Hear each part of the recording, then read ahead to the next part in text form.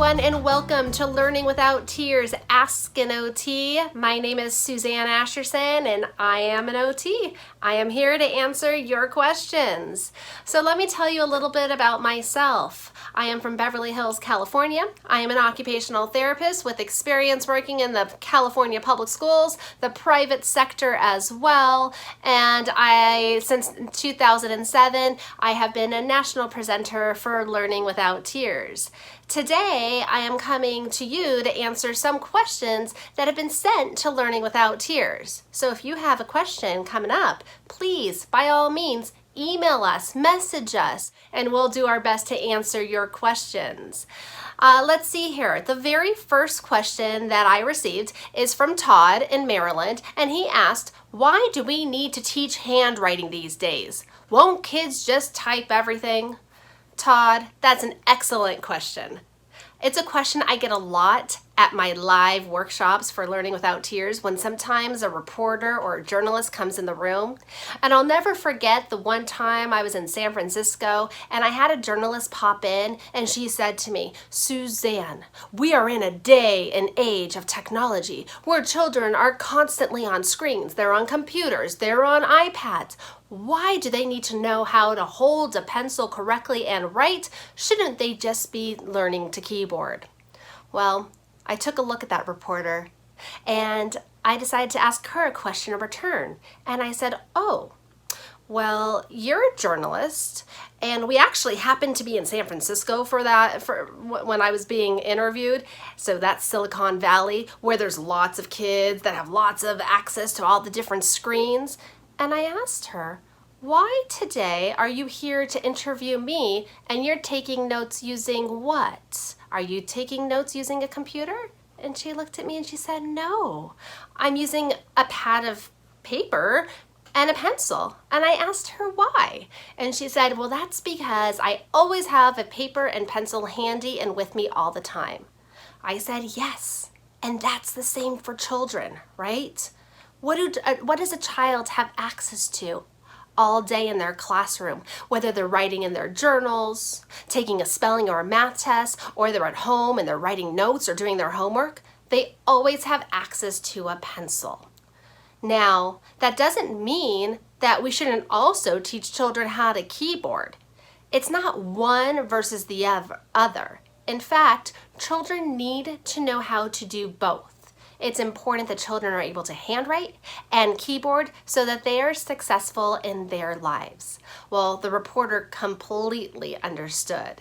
I went on and I shared with her lots of different research. There is some research from Saperstein in 2012 who said that handwriting is a foundational skill that can influence a student's reading, writing, language use, and critical thinking. Well, that just makes sense, right? A child has to be able to write to do well in all of the different academics that are happening in the classroom. If you're interested in that research or more, in the comment section below on this Facebook post, you'll see a link for the different research that we have available as a free resource to you through the Learning Without Tears website. All right, let me move on to question number 2 that came in to Learning Without Tears. This one actually came in through Facebook, and it was messaged to us. And the question was, what are your go-to fine motor exercises that kids enjoy the most? Well, I'm glad you asked me because as an OT, I love anything fine motor to work on the strength in those hands. But before I work on those little small intrinsic muscles of the hands, it's important that we work on the bigger muscles. The proximal stability muscles is the lingo that OTs call the trunk, the shoulders, the arms. So to help children to work on some of those strengthening skills, well, it's as easy as letting kids go outside and just be kids. And they're climbing and they're playing. But you may be thinking, if you're a teacher, well, how can I help them in the classroom? Or maybe you're at home right now and you're wondering, what can I do inside my home when my child needs some movement opportunities? Well, I love yoga, so that's one great opportunity to work on those big muscles.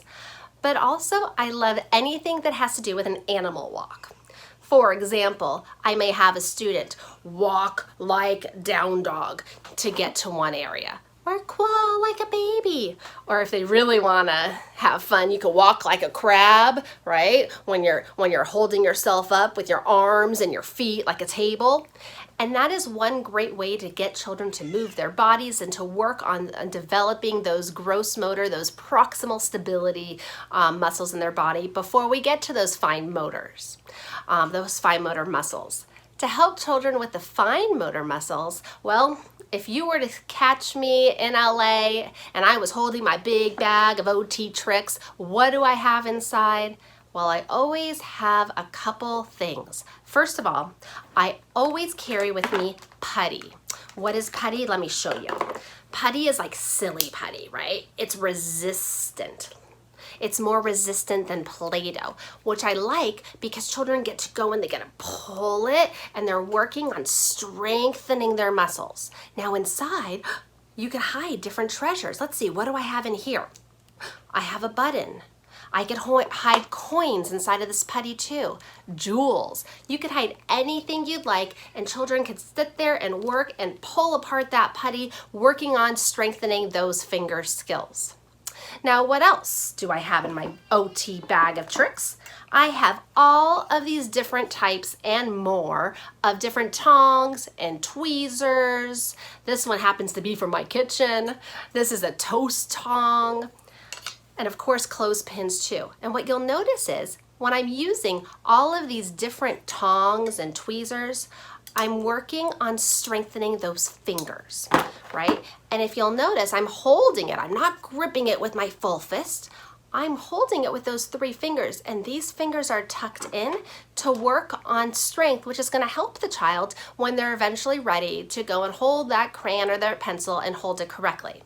So what do I do with these different tongs? Well, there's lots of things. If you're working on counting or math, you can have different counters, and children could go and pick up the different counters as they're working on addition or subtraction.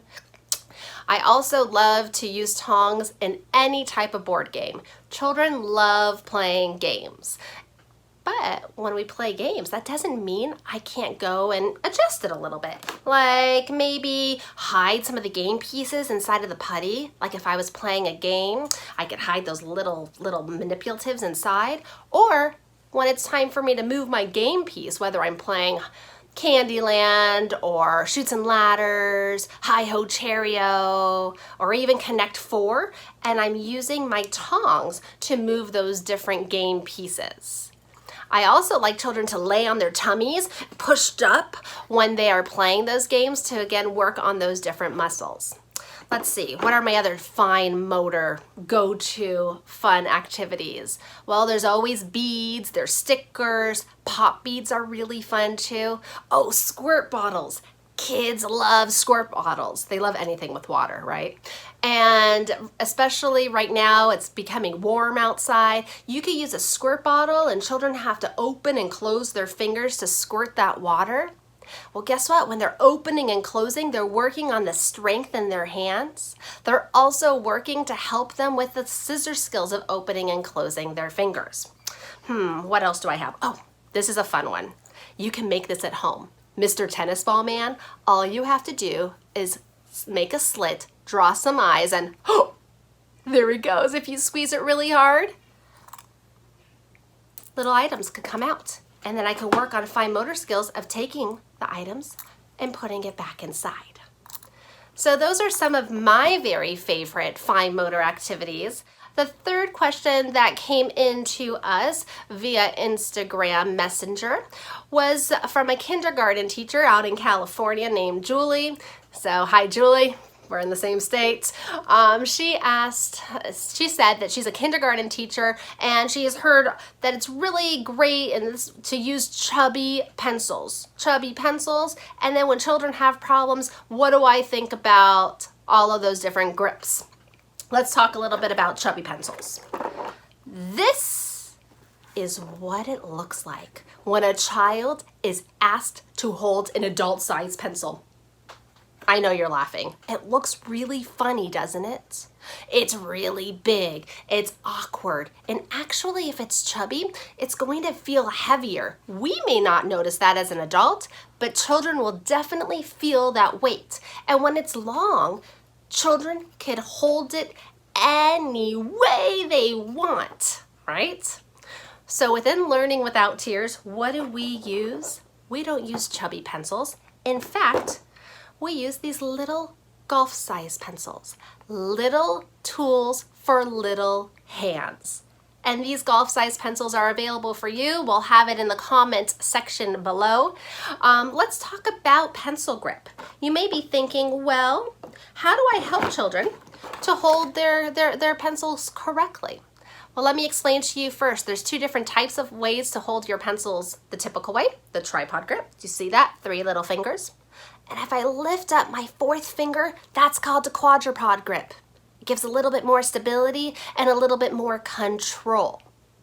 Now, it's important to demonstrate correct grip. So if I'm showing you these grips and you're thinking to myself, oh no, I do not hold my writing tool that way, don't worry, you're not alone. I'm an OT. I have a clinical doctorate, and guess what? I hold mine with a thumb wrap grip. But never in a million years do I let my students or even my 8-year-old at home see me hold it with a thumb wrap grip, because children are copycats. I want to demonstrate the correct grip. Okay, why do I hold it with a thumb wrap grip? Probably because nobody taught me. Nobody taught me how to hold my pencils correctly. That's why it's important that we teach children from the time they're very young in preschool, especially in kindergarten and beginning of 1st and even 2nd grade, how to hold their pencils the right way. There's a really cute song that's available from Learning Without Tears. It's called Picking Up My Pencil. So you could check that out. It's a cute song where it has children picking up the pencil, and it says, my thumb is bent, pointer points to the tip, tall man uses his side, I tuck my last 2 fingers in and take them for a ride. So there's 2 versions of that song, picking up a pencil and picking up a crayon, and my favorite part of that song is when we ask children to drop it, and then they do it again, because every time they have to pick it up again, I'm working on developing that fine motor pattern of how to hold their pencil or their crayon correctly. Talking about crayons, those are some of my favorites. So I know Julie didn't ask me about crayons, but let me just show you one quick trick. You take this crayon. I know, watch what's gonna happen. Yes, I did. I did break that crayon. I broke it till it was this little. Because when it's this little, there's no other way to hold your crayon but with your 3 fingers. So you may be thinking, okay, I get it. I understand. That's why I don't use these big chubby pencils. And also with those little pencils, I will tell you, I have seen children still hold them incorrectly. I do the song, we drop it a lot, we pick it up, we go back to those fine motor activities that I already spoke to you about. But here's one more thing that I do. I sharpen the pencil till it's that little, because when it's so little, children can't grip it different ways. Now, as for the last part of Julie's question, she was asking about all the different pencil grips that are available. There are so many types of grips on the market. But I always joke, grips are an OT prescription, and as an OT, I rarely prescribe grips. Why is that? Well, here's a grip. This one's actually for people like me who cross their thumb over. It has like a little turtle shell on top, okay, so that I can't cross my thumb. But guess what? As soon as the teacher turns her back, what am I gonna do? I'm gonna cross it. Or I'm gonna hold it like this. And now it is even worse. So that's why I don't love grips, but instead what I like is little tools for little hands. All right, so I hope this answers some of your questions. Thank you for joining me, and remember, there are no tears when you're using Learning Without Tears. All right, take care everyone, bye.